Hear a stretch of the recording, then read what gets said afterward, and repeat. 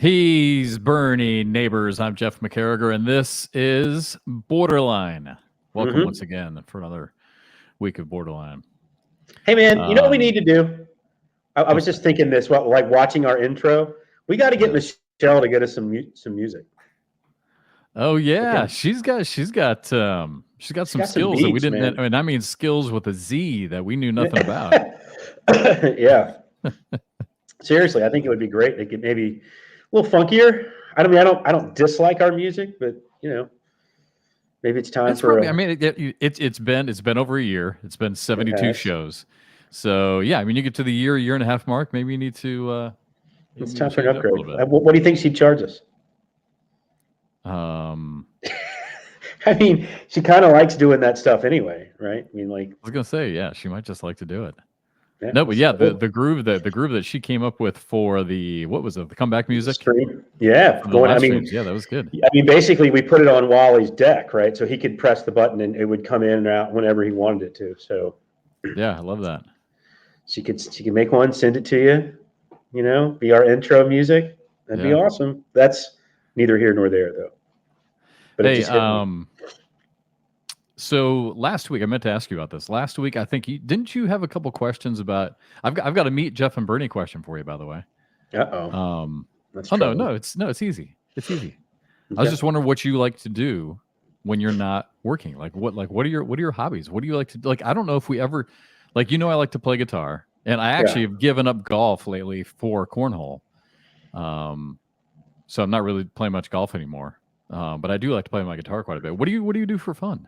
Literally, nothing. Like when you're home, what do you do? Nothing. Remarkably boring human being. Wish I could play more golf. Can't really afford to. Julie and I play a lot of gin. Just the two of you? Yep. Play a lot of gin. Does she win? Does she beat you, or do you win? I mean, I would say when we first started, because I didn't know how to play, she dominated me for that first year. But now I've kind of turned the tables. I probably win 2/3 of the time. Oh, really? Okay. Yeah. So it's, I mean, I'm brilliant, Jeff. No, but I literally have no idea. I don't do anything. I don't. We do that. We watch way too much TV. I can tell you every good thing that's been on any one of the streaming services. By the way, watch Beef on Netflix. It's awesome. Oh yeah, Beef. I forgot you told me about that. We're actually watching. I can't remember. Are you religious at all? No, I didn't think so. Beef. No. I wrote it down. We're actually watching The Chosen. Did you ever hear anything about that series? No. Religious. It's okay. Never mind. I think it's a farce, but whatever. Do you think religion's a farce? I think organized religion has done more to hold back the human being than anything else that's ever happened on the planet. Oh my goodness. Organized religion, not spirituality, not understanding, if you have a certain faith, that's great. But organized religion has done more to hold human beings back than anything else created on this planet. But why do you feel like they encourage you so much and bring you so much hope and positivity? So why would you think they're holding you back? I'm saying human beings. If you take away the Dark Ages, if you take away what the Catholic Church did for about 750 years, where human beings were around 900, 1000 AD to where we should be now, when we were held back, essentially, that anything that involved science that was considered hearsay and people got burned at the stake for it for 700 years, almost 8 centuries. You take that away, where are we now as a species? So you think where would we be? Huh? You think we're on different planets? Probably. We're like the Jetsons? Think of what we've done in 40, 50 years? What would we have done with that 1,000 years, that extra millennia that we could have been using for scientific research? Instead, if you did something like that, you were burned at the stake. I mean, organized religion teaches people to hate other people. Can't have that. Can't have something tell you that you're right, everyone else is wrong. That's just not a proper way to go about life, I think. Personal opinion. Yeah, there was probably a time where that was true, but I don't think that's... Jeff! I mean, the religion I go to is not read the news. I mean, watch the news. I mean, what war I told you I don't watch in the last century hasn't been revolved around religion on some level? Yeah.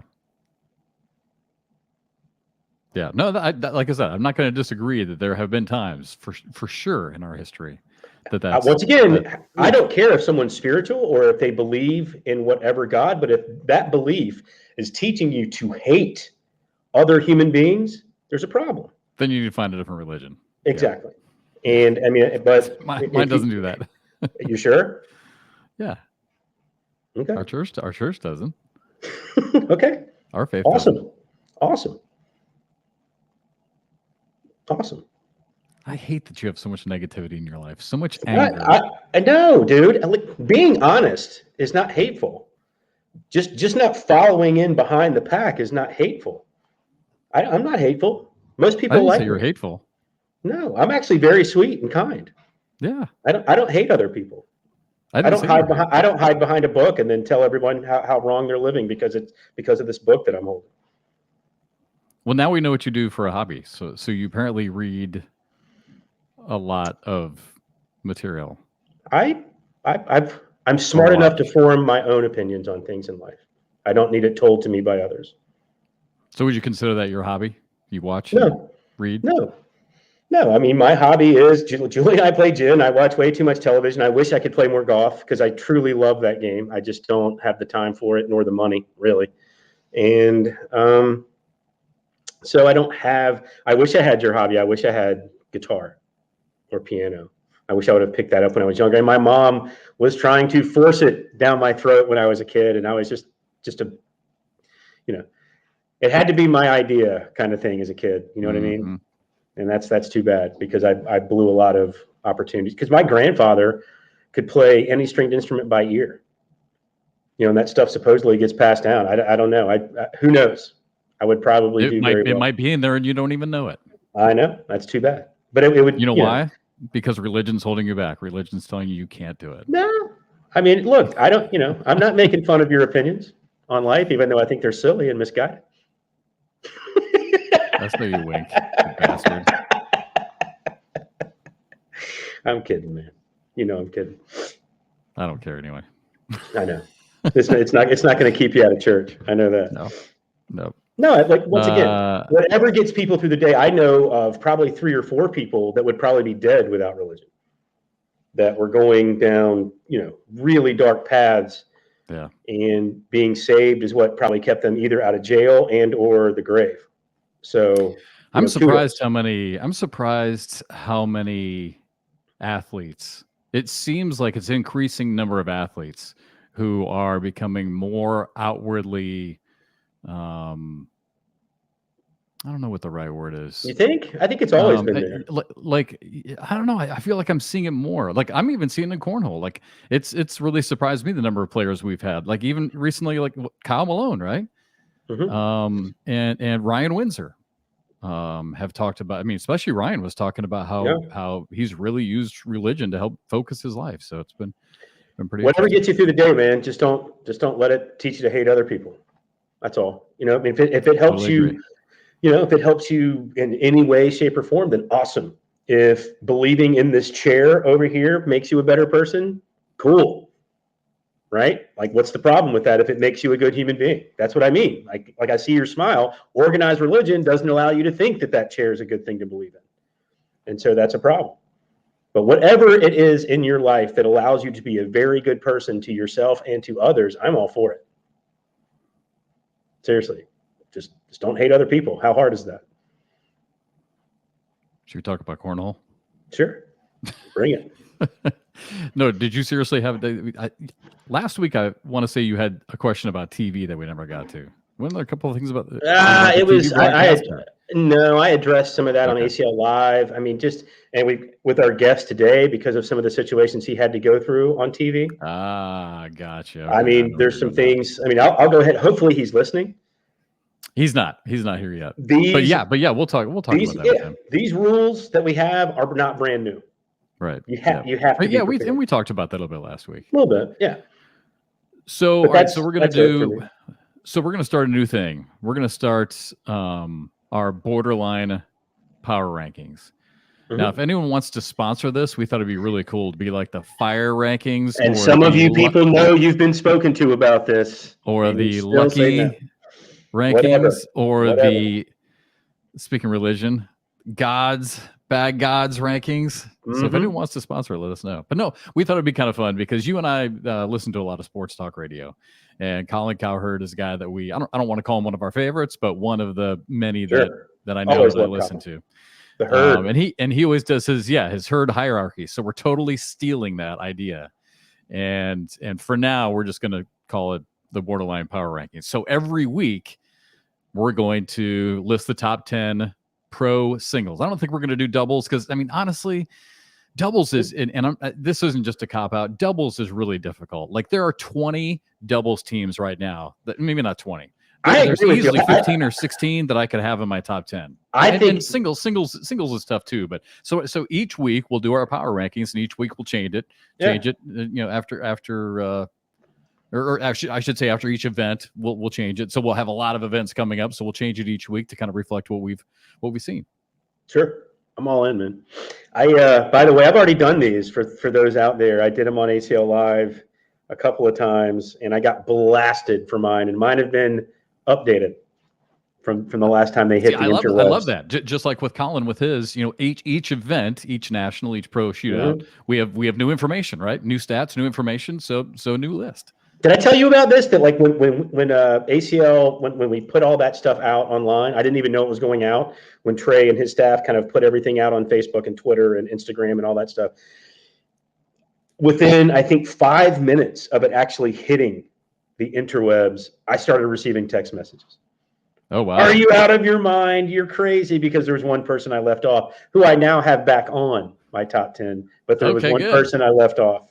So, all right. So the way I like to do this, I think we should do this like Colin does. I think we should go from 10 down to 1. Mm-hmm. So do you want to do this now, or you want to do it after our guest? He's not here yet. You want to do it now? We can do it now. Yeah, I'll do it now. You want me to start, or you want to start? Yeah, you want to go first? I can. You ready? Yeah. Let's go. Let's go 10 all the way down to 1. Number 10 in my power rankings, I have Ryan Wiedenfeld. Oddly enough, I've still got him number 10. He was a better doubles player than he was singles player in our first national with Ryan Smith. They they won their bracket. So I think there's a lot of game there, obviously. Number 9, Matt Guy. Matt Guy was not on my original power rankings list because I still feel that I still feel the game it hasn't gotten there yet, but it's in the process of moving to a place that makes his style, I don't know, archaic. I mean, it's just going to be so hard when you see what a Justin Burton Jr. and a Devon Harbaugh did last. Matt Guy played really well against Devon Harbaugh, didn't score a point. I mean, think about that. Yep. Right. I've got thoughts on that too. Yep. Wasn't able to score a point, but I've still got him at number 9 on my list. Number 8, and I'm not sure if I really believe this or not yet. Once again, had a great week in doubles. I need to see more out of him in singles. I've got Tanner Halbert. Oh, I still think. Whoa. Okay. I still think Tanner, even though he's a little bit like Matt, but he does fill it up. And there's time. I mean, he's been remarkably unlucky. I don't know how long I keep him in my top 10 if we have another national like I just saw from singles, but who knows. Number 6, even after this last national, I got Jamie Graham in at number 6. Okay. Or number 7. Sorry, did I say 8? So 7. Jamie Graham at 7. Awful singles. Did not perform very well at all first national, but I think the talent's still there. I think there's a bag issue that he's getting worked out, but he'll be there. Number 6 would be Tony Smith. Oh, interesting. Okay. Another guy surprising me already with a couple names. Another guy that did not play very well in the first national. I think it's an aberration. I don't think it's going to be consistently that way. I think Tony's still just talent for talent. So great. Number 5, I have Justin Burton Jr. Okay. Doesn't surprise me. I'm not terribly. I mean, look. He's got to be on the list after last weekend. Does he though? And this is so funny because I have him on my. Does he though? Because I have him on my list and we're not sure yet. If the next national he goes 0-2 and is out, was this an aberration? Well, that's a great thing about this. And you change your list. Yeah. So number 4, then I have Alex Rawls. I mean, he did. I know this is a singles, but he did it in singles and doubles. I mean, Yeah. he's got it. I was feel his like weekend. He almost pulled the triple. I mean, it was his weekend, no doubt. Yeah. Yeah. No So doubt. I think he totally needs to be in your top 10 as of the information and what we've seen right now. Yeah, I agree with you. Yeah. Then I have Alex Rawls, and I think everyone knows why. I mean, he made another bracket final. You have Kyle Malone, another bracket final for Kyle Malone. Mark Richards, another bracket final, who Justin Burton Jr. had to double dip to get to that. Who Mark had to double dip. Justin Burton Jr. almost did do that. And then number 1, we might see this person later. I still have Devon Harbaugh. I think if we don't have that bag change, if we were able to hold that singles semifinal and final on Friday of that week, I don't think anyone beats Devon. If Devon doesn't have to change bags, I don't think anyone beats Devon. But Devon had to change bags, and that's on Devon. But I still have Devon as my number 1. Okay. So give us your top 5 again. 5, 4, 3, 2, 1. Justin Burton Jr. 5. Alex Rawls, Kyle Malone, Mark Richards, Devon Harbaugh. Okay. Yeah, our top 5 is very similar. All right, I will save mine for the end of the show. We'll try and save it. Well, unless you want me to do it real quick. Yeah, do it real quick. Okay, I'll do it real quick, and then we'll bring out our guest because he's sitting back in the the green room. All right, so mine might surprise you, okay, and it might surprise a lot of people. And mine's going to be more because I feel like I come to this game totally different than you, totally different than Anthony, totally different than me, Trey, a lot of other people very close to the game. I feel like I come as more of a fan, but with a little bit of a knowledge base, Right. So, can I say one thing real quick, Jeff? Yeah. 10 through 20 is just as talented as 1 through 10. Oh, well, that's you know what? I mean, I've got people are going to see this and go, like, you're crazy. Yeah. On the outside looking in, I've got Jimmy Humans, Dylan Turpin, and Nico Morales, who I'd love to throw in the top 10. I mean, they recently, especially Dylan and Nico, playing extremely well. But all right, here we go. I've got Ryan Windsor and Alex Hicks outside my top 10. Yeah, Ryan Windsor's outside my top. So, me too. I don't have. I mean, there's some amazing talent that's right there. So we're nitpicking here. It's not, it's not. Maybe we should do it. Maybe we should do a not top 10. That'd be kind of fun. Right. Yeah. All right. So real quick. So number 10, I had to throw in Jake Orr. I just had to do it. He showed a different level of maturity that I hadn't seen out of him, and we've all been talking about it. So I'm gonna put him in my number 10. Number 9, this one may surprise you. I don't know if people will be surprised by this or not. I've got Hunter Thorne at number 9, and I've got an argument that he could have been higher. Listen to his run in singles. Beat Ty Cobb, beat Jimmy Humans, beat Alec Ryan. He lost to Justin Burton Jr. that threw him in the losers bracket. He then battled back with wins against Jeremy Schermerhorn, Nick Williams, Damon Dennis, beat Jacob Trzynski 29-1, only to lose to Mark Richards, who would then be back in that bracket final. So, I mean, that was a hell of a run. His stats were incredible, both on the PPR and DPR side. So, Hunter Thorne, number 9. Joe Neested, I don't know how he's doing it, but I don't know how we can keep him out, or how I can keep him out of my top 15. Another guy that's in my top 15, he's right outside the top 10. Yeah. Jacob Gore, same thing. I mean, there's just so much talent. It's so difficult. So I've got Joe Neested, number 8. Number 7, I'm totally with you. I've got to keep him in my top 10, and this is just because of what he's done in the past. I feel like he's still kind of struggling maybe a little bit with his bag. But when he gets that confidence, he's the best player in the world, former world champion. I got Jamie Graham at number 7, despite the fact that he did not do well in singles. Matt Guy, I've got him at number 6. His stats right now are blowing me away. His PPR was like, 10.8, but he's got to do something different with his game, Bernie, because as much as I love a slide game and love the offense, you got to play a little bit of defense, right? I mean, 2 years ago when Tampa Bay won the Super Bowl with Tom Brady, everyone thinks it was the offense. Their defense was ranked 5th in the NFL. So at some point, Matt Guy's got to play a little bit of defense to try and help him out. But right now, I've got Matt Guy still at number 6, still the all-time greatest as far as major wins go in the game. Number 5, Alex Rawls. Number 4, Justin Burton Jr. Number 3, I'm going to throw Kyle Malone still at number 3. I know he probably didn't have the finish that he wanted in Texas on the singles side, but bracket final, coming into Arizona, remember? I mean, it was Kyle and Devon as the hottest people in the universe playing the sport of cornhole. So I still got Kyle at number 3. Now my top 2. All right, maybe a little bit controversial here. I got Devon Harbaugh, number 2. I mean, Devon's playing great. We all know this. And I've still got Mark Richards at number 1. I I don't saw have a Mark problem with play in Texas, and he Yeah. still got it. You know, Yeah. if there were any hesitation, any reservations whatsoever, you know, can he do it again? Yes, he can do it again. So I have no problem with that. I have no problem with that 10. That's It's my tough power ranking. because there's some fun. amazing It's fun, though. players It is that are 11 through 20 that could very easily be on this list, but yet you have to find a reason why they can't be there. And so it's hard. It is really hard. Right.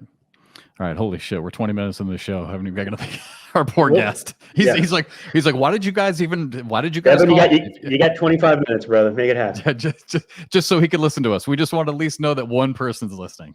Yeah. All right. Our guest today is 24 years old. He's out of the awesome city of Chesapeake, Virginia. Shout out Hampton Roads. Love that area. My daughter was born there. The 757. Multi-sport athlete, played baseball, was also a wrestler back in high school. We've been talking about him a lot. His winning percentage this season, 87% winning percentage coming into Texas. It's probably even higher now. 4 career titles, no nationals or world champions. Trying to change that this year. He has won a pro shootout. I think one of the greatest things that he probably did was win Spencer McKenzie's last year as part of his doubles team. And to me, when you can beat out 1,000 teams to win a championship, that's saying a lot. But I think most impressive of all with this guy, and this is what I want to spend some time talking to. And Bernie, you know, I've talked about this with other players. Is that he has learned that there's more to the game than just playing the game, right? Yeah. It's more than just your grip. It's more than your style of bag, the type of beads, the stitching, your swing, your stance, right foot forward, left foot forward. A lot of it is up here. Absolutely. And he's learned that. And he has now taken his game. He was already a great player. He's now taken his life and he's taken his game to a whole different level. And I mean, you know, he's one of our favorite players and can't wait to have him on the show and talk to him more. Please welcome to BoarderLine for the first time, believe it or not, Devon Harbaugh. What's up, Devon? How are you guys doing? There he is. Good, man. Good to see you again. Didn't get a chance to spend a whole lot of time with you in Texas, but great to see you. Great to see y'all. Hey, how good of a wrestler were you? Were you pretty good? And what weight did you wrestle? I was at like 90 to 100 back in school. Oh my gosh! Right. I more or less did it just to get like prepared for baseball, get in shape, stuff like that. Because you were a pretty good baseball player, weren't you? Yes, sir. You wrestled 100? How tall are you? I'm like 5'7" with shoes. You're my height. I mean, I weighed 135, and there's no way I could have weighed less than that in high school. And you wrestled at 100? Yeah, at 105. I was light. I was really small. God, that's crazy. You are lucky you didn't go to the same high school as Lori Duell. You would wrestle her. And I'm being serious, actually. Yeah, I believe it. Yeah, I think she was wrestling like 95 or 100. And she was winning. She's kicking their ass. She's tough. All right. So how's everything in Chesapeake? My daughter was born in Virginia Beach. We lived there for a while. I worked for the Norfolk Tides. Did you ever go to baseball games there? Oh, yeah. I went there once or twice last season. It was pretty cool. Yeah, I love it. That's great. The weather's all right. not bad. So let's get right into this. So you were just back in the waiting room. You heard our power rankings. Any beef with our power rankings at all? Not at all. I mean, you guys have like you put people where you think where they're at, and I respect it regardless. Who's your top 5 right now? Oh man, you can say you can put you're allowed to put with what you've done this year. By the way, you're allowed to put you at number 1. You can always take yourself out of it. You can always just say, you know what, I can't put myself anywhere in there. Yeah, I'm probably gonna leave myself out of that one. But oh man, that's no fun. I can't put yourself in number 1. I mean, you can, but I'd no specific order. I'd probably do Mark Richards, Alex Ross, Matt Guy. I'd say Justin Burton Jr. one of them, and then this is tough. I'm gonna go with. See how hard it is, and then you got to start and then you need to go out to 10, 15, 20. I mean, so many good players. Let's finish it out with Kyle Malone. There you go. Hey, I'm not trying to throw you under the bus because I love what Matt Guy has done for the game, his accomplishments, and his PPR is incredible. And when his airmail is on, we all know he's a damn assassin. Do you agree with me at all that he's got to? And I can't believe I'm saying this, but I mean, do you agree with me? He's got to find something. I mean, his opponent's PPR was ridiculous. It was like almost 10.3. Like at that point, do you look at your stats and do you think that he needs to maybe start to play a little bit more defense? I mean, honestly, if I'm him, I just keep doing what I'm doing. But okay, at some point, you would think that you would have to block every now and then and make them hit something. But teach your own, I guess. Well, I mean, let's talk about it. When you played him, I saw, you beat him. He didn't score a point against you. He threw a 10-5-3 against you, and he had, of 17 rounds, 10 were four-baggers. So in there, he never scored a point because he never really forced you into tough situations. However, one of the best collects I think I've ever seen you picked up in that game. And I think you know the one I'm talking about, inside arm, picking up three back. This is the craziest shot I think I've ever seen. But, like, didn't he throw a couple of blocks against you? Yeah, he threw a few, but like they were lower on the board, like open board. He wasn't trying to back block when I had. Well, I mean, I didn't really have bags hanging in the hole, but if I did, he wasn't trying to back block. He was just going through it or going over it. Right. Yeah, that game was insane, by the way. Nice work. Way to go, man. All right, look, I have to bring this up. You're going to be mad at me, and we can argue about it. But, you got to have a second pair of bags, dude. You got to. Yeah. I'm not going to Come on, man. I had a second set that I thought was approved, and I was wrong. So that's on me. I'm ready now. I got 4 or 5 different sets now ready to go.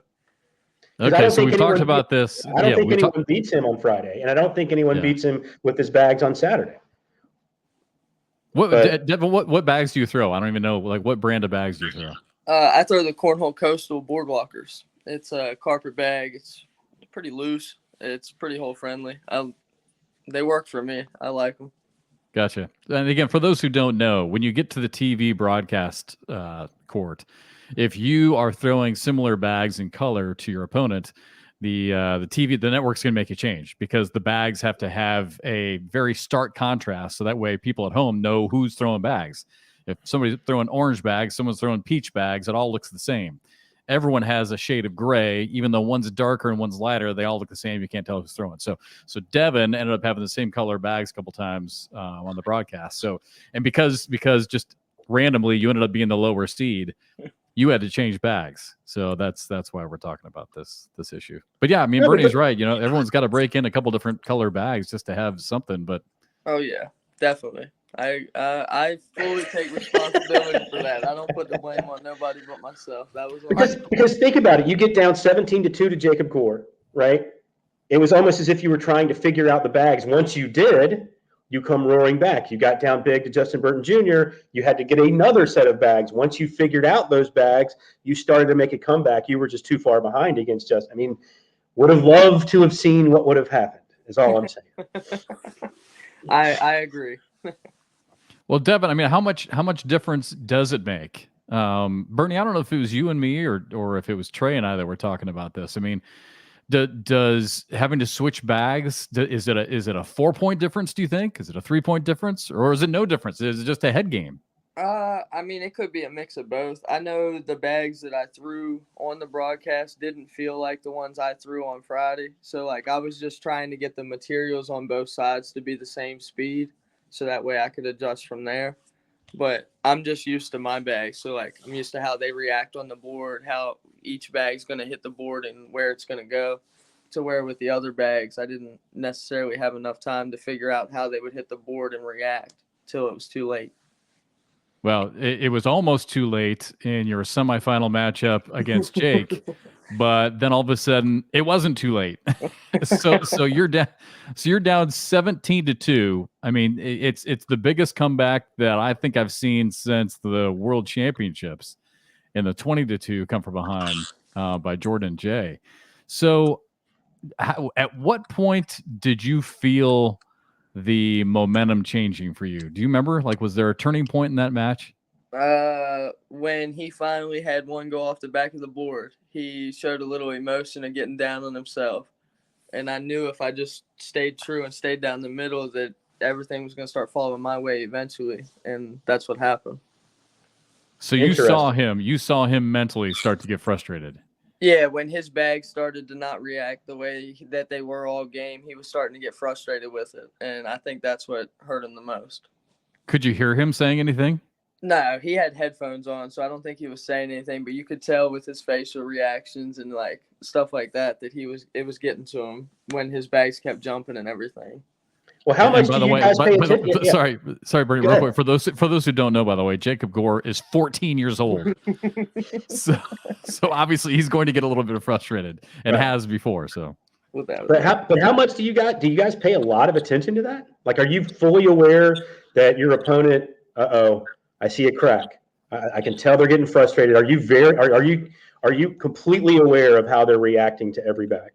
Yeah, I'm about 85% aware of how they're reacting. I mean, I try to pay attention to it because once an opponent starts getting in their own head, they're going to keep getting in their head as the match prolongs.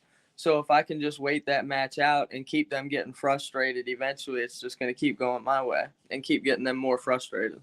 Man, I would never score a point on anyone. I'd be so frustrated all the time. Son of a... Yeah, you would be. You'd be throwing your bags. This mother. Yeah. Yeah, please don't let that go. I really don't want to edit the show afterwards. Just want to be able to post it. No, I stopped it. That's good. Well, all right, so all right, let's get into this. Speaking of the mental side, Devon, and I've been hearing about this, and this is one of the reasons why we wanted to have you on, is that, like I talked about in the open, cornhole is kind of like other sports where there's a lot of mechanics involved. It's like golf, right? You got to work on your grip, you got to work on your swing, you got to work on your stance. A lot of things that are going through your head. And I think this is safe to say that, I mean, you were already a great player, right? I mean, you were really a great player, and now you've become an elite player. And it sounds like, from what I've heard, I was talking with Michelle Thompson and a few others, it sounds like this is maybe something that you identified in yourself.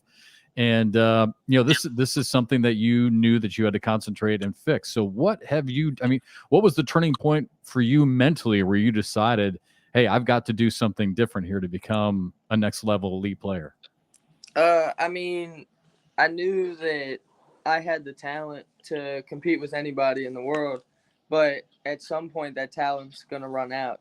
Like, you need to have a clear head and positive mindset as you're going through different tournaments and like different, even practice. You got to have it in your mindset, a clear head. Don't let too much get to you. Don't focus on the bad.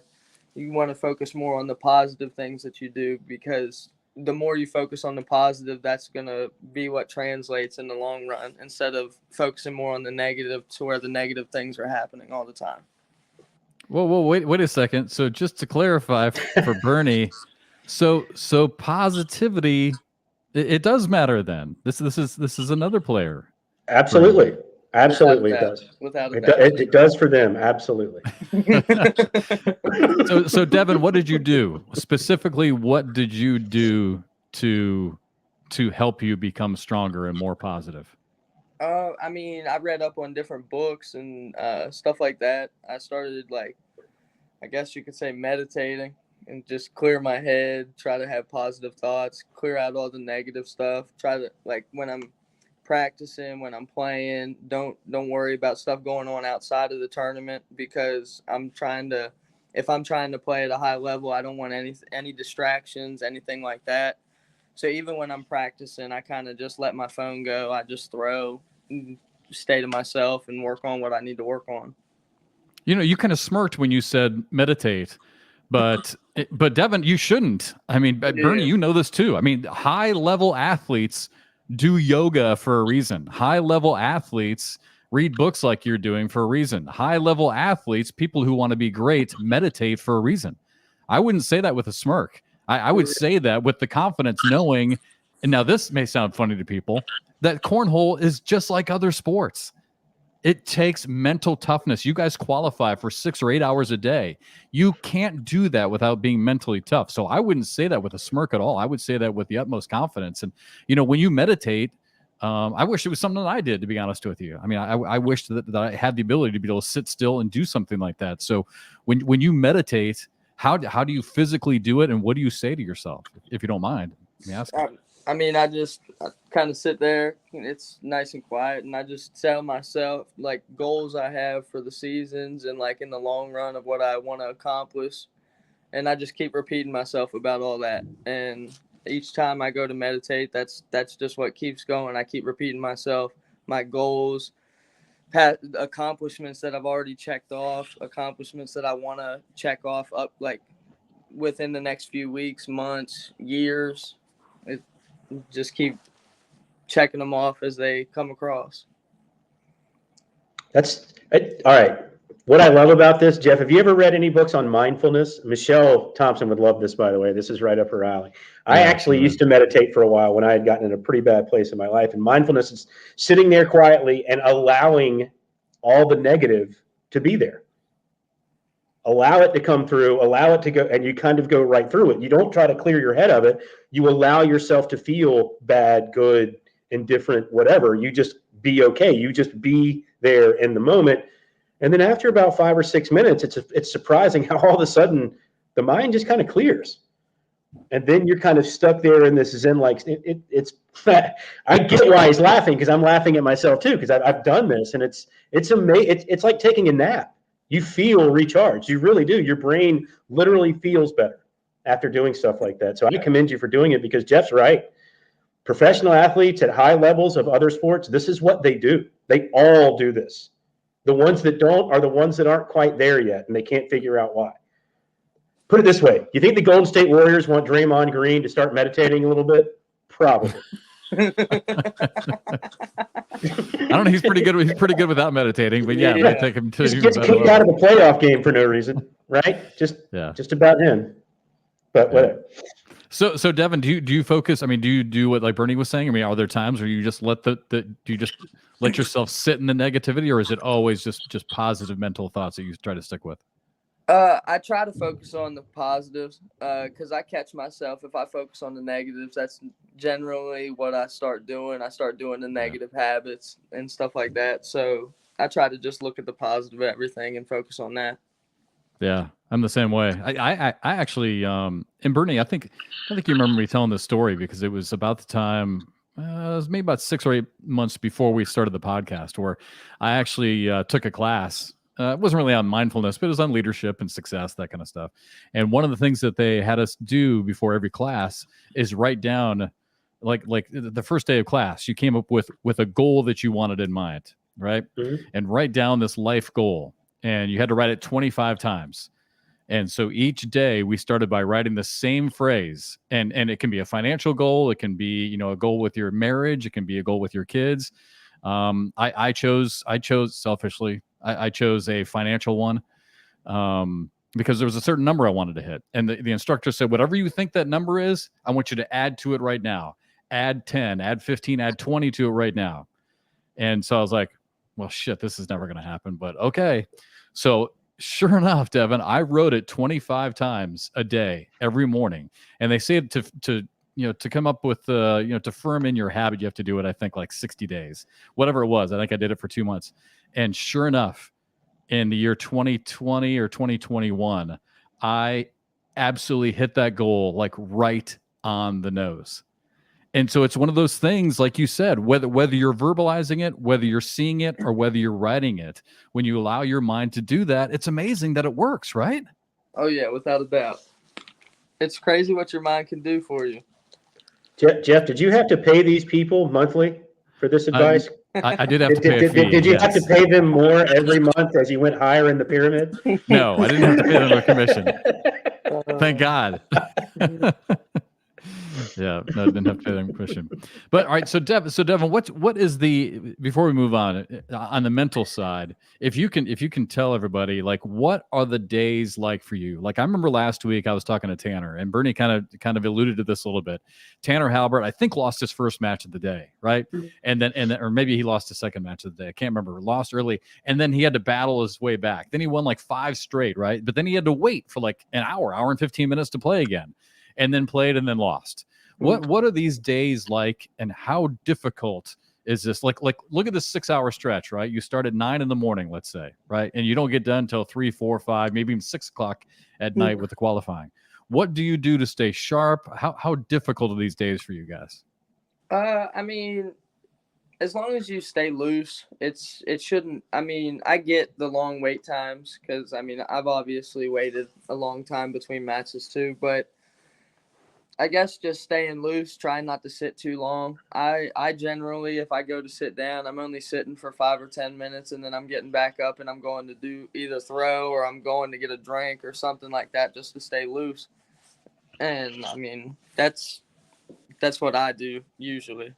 But Well, since Jeff brought it up, and I think it's a great point. Well, would you rather wait early or wait late? Because essentially what happens is, for those at home, you have a winner's bracket, and that winner's bracket doesn't really take all that long to get through. When everyone's dropping down to the loser's bracket or elimination bracket, it takes a lot longer for those players to come back up. So you either wait in the winner's bracket early and let things kind of catch back up, or you have to wait late. Which would you rather? When would you rather wait in a bracket? Early or late? Honestly, to me, either one. If you're going to wait, you're going to wait. But if I had to pick one, it'd probably be just wait later, I guess you could say. Because once I get warmed up, as long as I keep my arm loose, I should be good to go. So what do you do to stay loose? Do you actually play on the side? Like, do you find some boards on the side and just still play just to stay loose? Yeah, I'll throw like 5-10 minutes at a time just to keep my arm loose, keep the repetition up, make sure my landing's still the same as it was in my previous game, and then go from there usually. Do you focus on a spot? Like with pitchers, right? I mean, you play baseball, and I make this analogy all the time. Like with pitchers, when they throw a curveball, right, or when they throw a slider, there's a spot that they can see almost, in the air on the way to the plate, right? And they've got to hit that spot. And so when they flip it, they know it's going to break here and hit the strike zone. Like, is it similar with cornhole? I mean, do you visualize a spot in the air or a spot on the board? Like, I mean, do you use any of that type of visualization? That's easy for you to say. Yeah, really. If I do, some play-by-play guy. I probably aim right between the C and the L on the boards, honestly, if I had to pick somewhere to aim, because normally my bag kind of comes across from right to left sometimes. So if I hit right between the C and the L, it should glide right up towards the hole. What about in the air? Do you have a spot in the air that you like a trajectory, like if it's too high or too low? No, I don't usually pay attention to that too much. As long as it comes out of my hand before my hand reaches my neck, I'm usually pretty good. Interesting. Okay. So it's another, but it's another spot. Yeah. As long as the bag's out of my hand by the time it reaches my collar or something, that's pretty good, I guess. Well, you've also got your stance. I mean, you've got a wide stance compared to anybody else. I mean, it's a wide stance. Do you do that to kind of keep your core kind of solid and still, which allows your arm to do whatever you need it to do, or is it just make you feel comfortable? That's exactly why. It helps me stay balanced and keep my weight like evenly transferred, so that way I'm not like uneven one way or the other, causing my arm to go one way or the other. Wow, that's good, because Bernie, I mean, what do you and I talk about when we play golf, even though we're not good golfers? I mean, the golf swing is all about balance, right? Mm-hmm. Yeah, it's all balance and core, believe it or not. It's all big muscles. It's not small muscles. Everyone wants to, when I say everyone, I'm talking about this person. Everyone wants to hack at it like it's like it's done something to you. That's me too.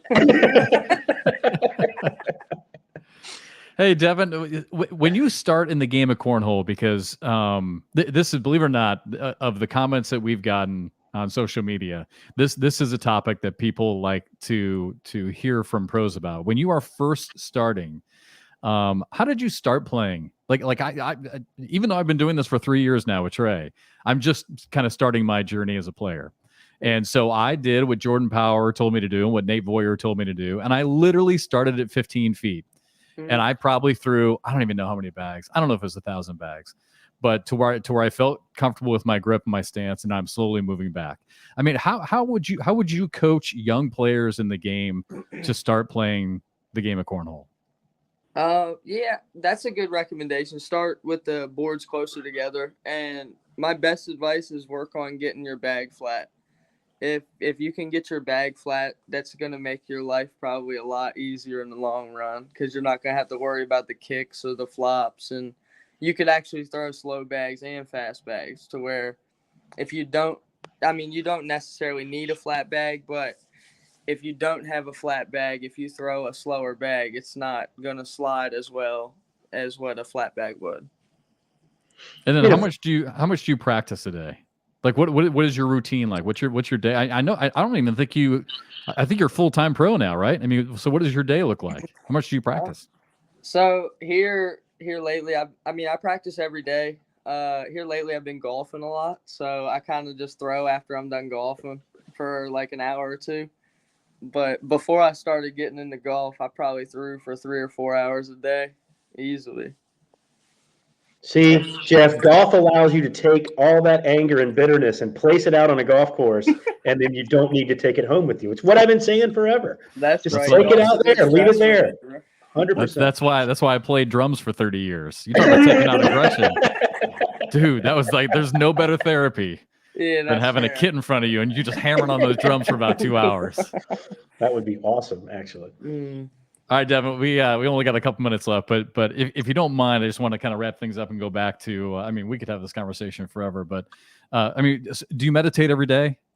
Not every day, just when I'm feeling stressed out or feeling or if a big event's coming up, like the national. Or having a child. Yeah, I'm having that's Saturday, so I got a few more days till I'm actually a dad. Wow. So, yeah, you better start meditating a lot. Yeah, that's what I'm told. No, I'm kidding. Kind of. So, if I have a big event, I probably do quite a bit before I leave for the event, and then when I wake up for the event, I'll chill out, try to relax, get my thoughts right, and then go over to the venue a few hours early, throw, make sure everything's good to go. All right. So what do you say to yourself? That's what I want to know. Is it a goal for that day? Is it a goal for that game? Is it a goal for the season? My goals for the season, I want to win a national. So I'm not going to stop till I win a national or a world championship. Whether that means taking second in every one till the last one, then that's what I got to do. I'm gonna get me one. Yeah, I know you are too. Hey, is it a boy or a girl? A little girl. Wow, trouble. Yeah. Oh, Devon. I love my son to death. I do. But you have a special relationship for sure in connection with your daughter. You will. They'll take care of you. Oh yeah, I can't down wait. The road. I'm definitely excited. Yeah. All right, brother. Hey, thanks so much for your time. Too short as always, but it was great catching up with you in Texas. Are you going to be in Topeka? No, I'm actually having a baby this weekend. Yeah, oh, that's right. Yeah, you can't go to Topeka. Yeah. I won't be in Topeka or South Dakota, unfortunately. Wow. Well, we'll give you a pass on that. Yeah. All right, dude. Hey, thanks so much for your time. Congrats on a great start to your season. We'll see you again. Yes, see you later, buddy. Thanks for having me. All right, Devon Harbaugh. Wow. Yeah, of course he's not going to be in Topeka. Yeah. He's got bigger fish to fry. Yeah. But I wonder if just this impending child has been, obviously some other things have helped, but I wonder if this has kind of made him focus just a little bit more. Yeah, totally could. He seems really happy, doesn't he? He does. He's always been kind of a fresh air kind of guy, but I think he's kind of gotten rid of some of the problems, if you will. Yeah. Yeah, No, I that was don't. great. I don't know how to say that any better than that, actually, which is weird. How about his winning percentage at like 87%? That was before Texas. It's probably higher now. Oh, yeah. Insane. He lost one match. Yeah. Crazy. Yeah. All right. You're going to Topeka, right? I will be in Topeka. Okay. I will not be in South Dakota. Yeah. It's going to be a slim crew pickings. going to South Dakota. Yeah. All right. I will see you in the Sunflower State this weekend. Sounds good, buddy. All right, bud. Safe travels. All right. Bye. Thanks, everybody. Bye.